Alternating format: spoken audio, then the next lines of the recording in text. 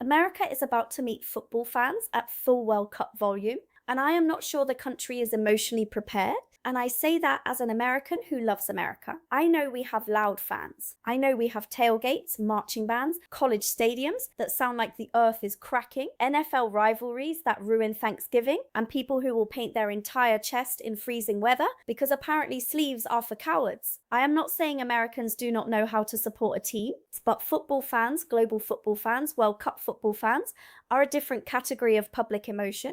They do not just attend a match, they arrive like a moving weather system. Flags, drums, songs, scarves, face paint, airport chants, train station chants, pub chants, plaza chants, people singing in languages you do not understand, but somehow still making you feel like you are either invited to the party or about to be judged by an entire nation. When I moved to Britain, one of the first things that genuinely shocked me was how normal football noise is here. In America, if you hear a whole group of adults singing in public, you assume either there is a concert, a bachelor party, or something has gone terribly wrong. In Britain, it might just be Saturday, and that is before the World Cup gets involved. The World Cup takes club football energy, adds national identity, adds 4 years of waiting, adds travel stress, adds beer, adds heartbreak, adds people who have spent half their savings to be there, and then drops all of that into a host city that thought it was simply organising a sporting event. No, you are not organising a sporting event, you are hosting a global emotional migration. This is what I think is going to shock America. Not that fans are passionate, Americans understand passion. What is going to shock America is how collective it is. American sports fandom is loud, but it is often seated, scheduled, packaged, and attached to a venue. Football fandom escapes the venue. It leaks into the streets. And if you enjoy watching me decode these cultural collisions in real time, make sure you are subscribed, because this World Cup is basically going to be one long episode of America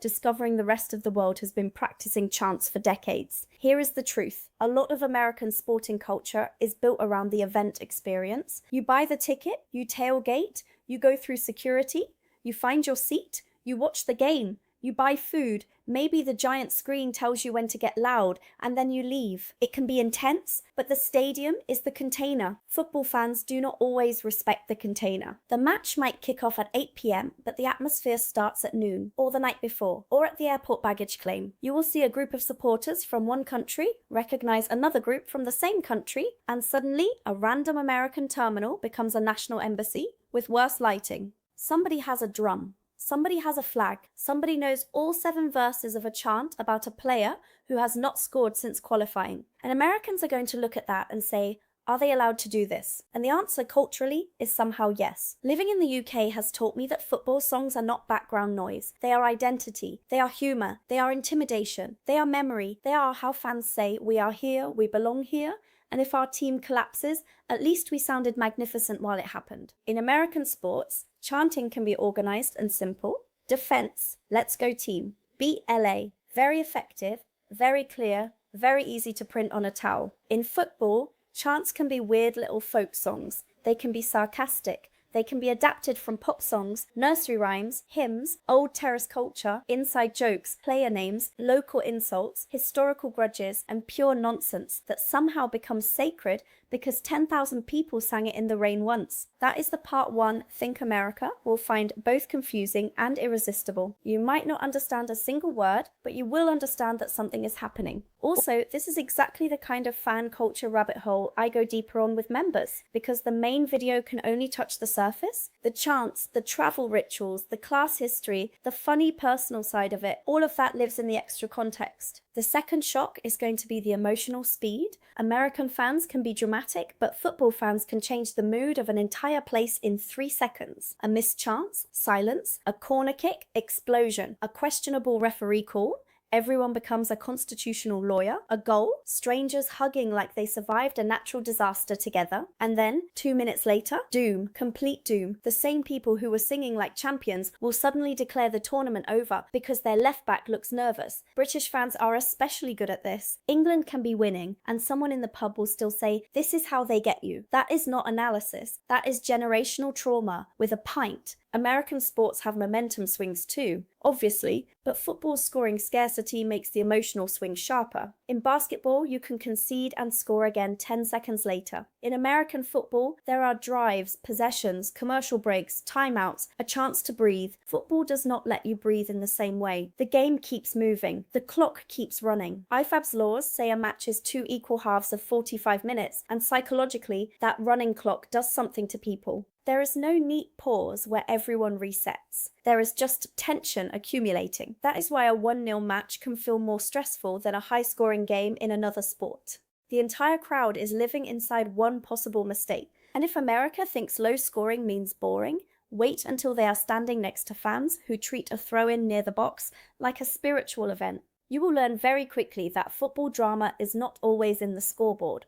Sometimes it is in the almost goal, the almost mistake, the almost foul, the almost miracle. Football fans live on almost. The third shock is going to be how international the crowds feel. In the US, even our international events often become Americanized because we host them through American systems. The parking, the concessions, the security language, the broadcast style, the sponsorship, the stadium entertainment, the pricing, the giant screens, the celebrity appearances. We are very good at absorbing events into our machine, but the World Cup pushes back. The fans bring their own atmosphere. They do not need the Jumbotron to tell them what to sing. They do not need a mascot dance to fill silence. They bring flags that mean something their grandparents understood. They bring songs learned as children. They bring rivalries older than some American state sports traditions. They bring grief from previous tournaments and hope that makes no practical sense, but is still somehow non-negotiable. And that is why host cities are going to feel different. Los Angeles is not just going to be Los Angeles with football added. Miami is not just going to be Miami with jerseys. New York, Dallas, Atlanta, Seattle, Houston, Kansas City, Boston, Philadelphia, the Bay Area, all of these places are going to have little pockets where the emotional center of gravity suddenly shifts. For a few hours, a plaza might feel like Buenos Aires, a bar might feel like London, a street might feel like Lagos, Seoul, Lisbon, Casablanca, or Mexico City. This is the beautiful part. America is used to being the main character when it hosts things. The World Cup arrives and says, "Not today, babe. Today, you are the stage." That is also why fan festivals and public viewing areas matter. They are not just side activities, they are pressure valves. They give the emotion somewhere to go before and after the match.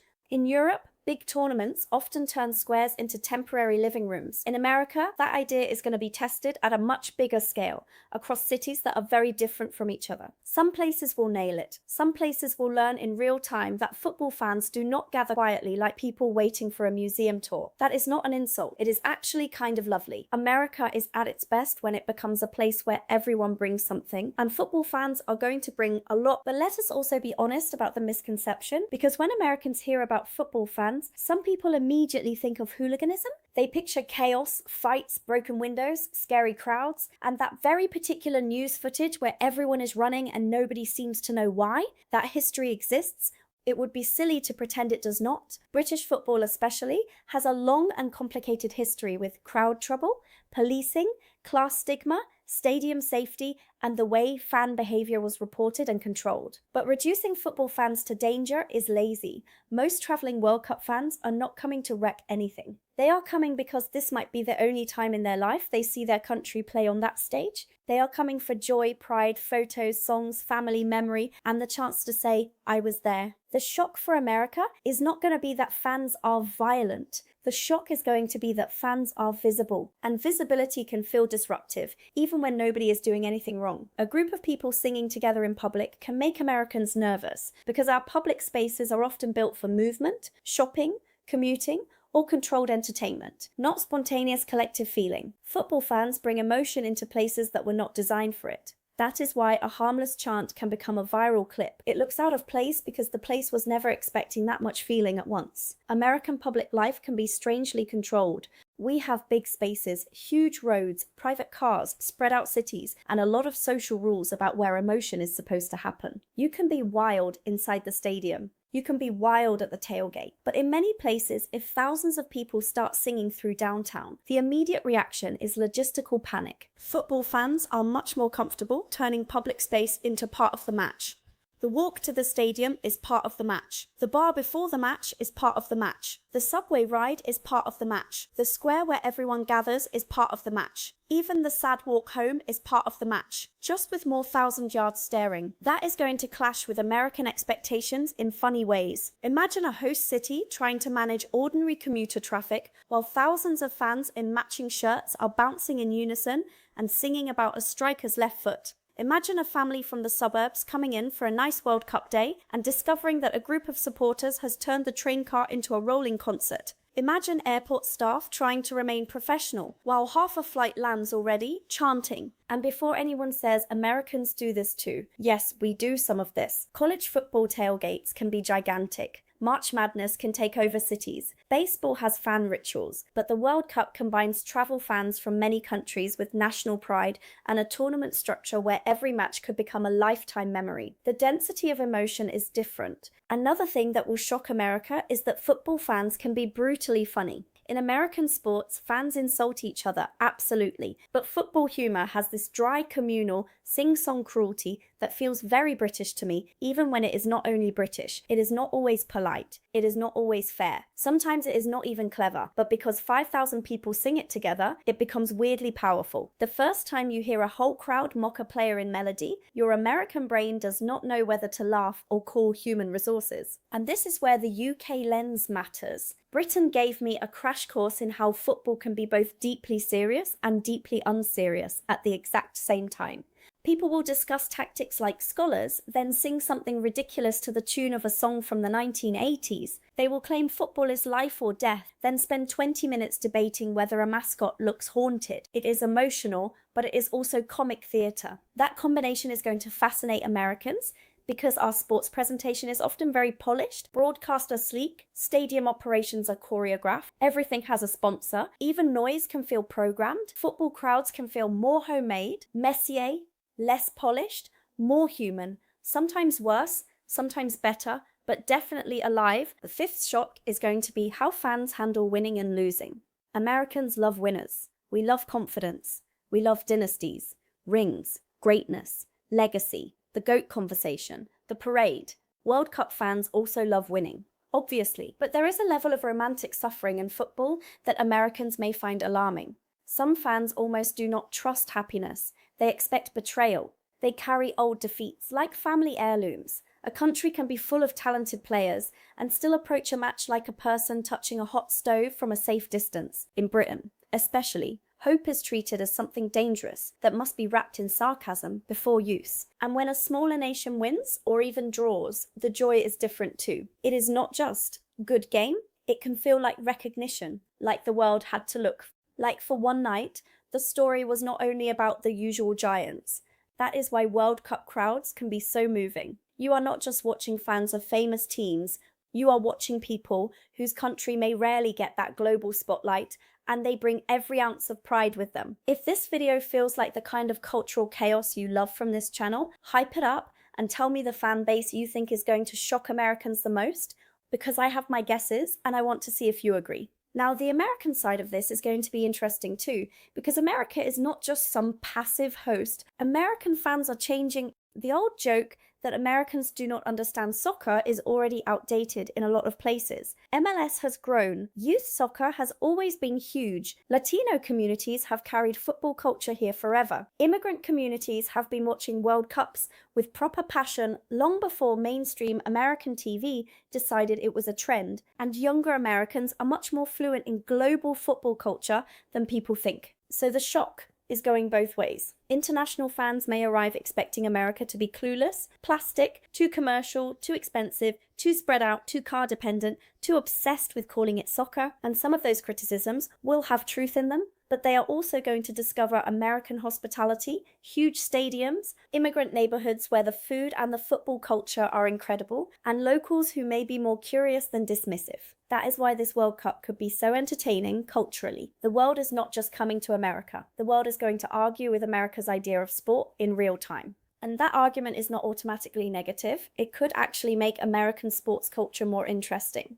Imagine locals who came for curiosity getting swept into a chant. Imagine people who thought soccer was slow Realizing the crowd is the accelerator. Imagine a kid who only knew the sport through video games, suddenly seeing fans from 4 countries walking past each other in full color, all treating the day like it matters. That is how culture spreads, not through a lecture, but through a moment where someone feels the electricity and thinks, wait, I get it now. And America is going to have to learn some things fast. First, not every fan wants the game turned into a show. Some fans do not need constant music during breaks.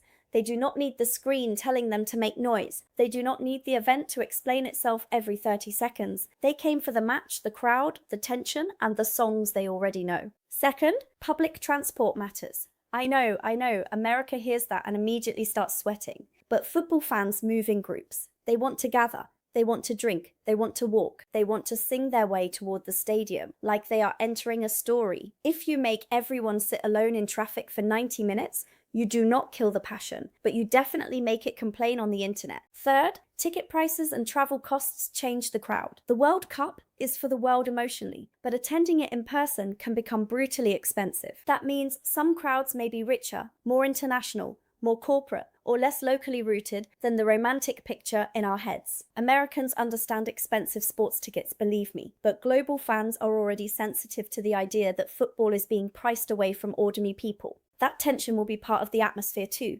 Fourth, the word soccer is going to cause more discourse than it deserves. I am begging everyone to be normal about this, and I know we will fail. Americans will say soccer, Brits will sigh, someone will explain that the word soccer actually came from association football in Britain, and then everyone will ignore that and keep fighting anyway. This is tradition now, but underneath all the jokes, the World Cup crowd culture is going to teach America something real. Sport does not have to be consumed only as content, it can be lived as a shared public ritual. It can spill out of the screen and into streets, families, workplaces, bars, parks, and awkward conversations with strangers who suddenly become your best friend because your countries both hate the same referee decision. That is the part one hope Americans embrace. Not every chant will make sense. Not every fan will behave perfectly. Not every host city will manage it smoothly. There will be confusion, complaints, viral clips, cultural misunderstandings, and probably at least one news segment where a very serious anchor tries to explain why thousands of people are singing in a fountain. But there will also be moments that feel rare. A kid seeing their parents' country play live for the first time, a neighborhood filling with flags, a bar where 5 languages are being spoken and everyone still understands the tension of a penalty, a group of American fans realizing that a 0-0 draw can absolutely ruin your afternoon. A visiting fan realizing America is not one thing, but a huge, messy collection of people who might actually love the spectacle if they are allowed into it. So yes, football fans are about to shock America, not because America has never seen noise, not because Americans are innocent little sports babies who cannot handle passion. We can handle passion. We invented plenty of ridiculous sports behavior ourselves.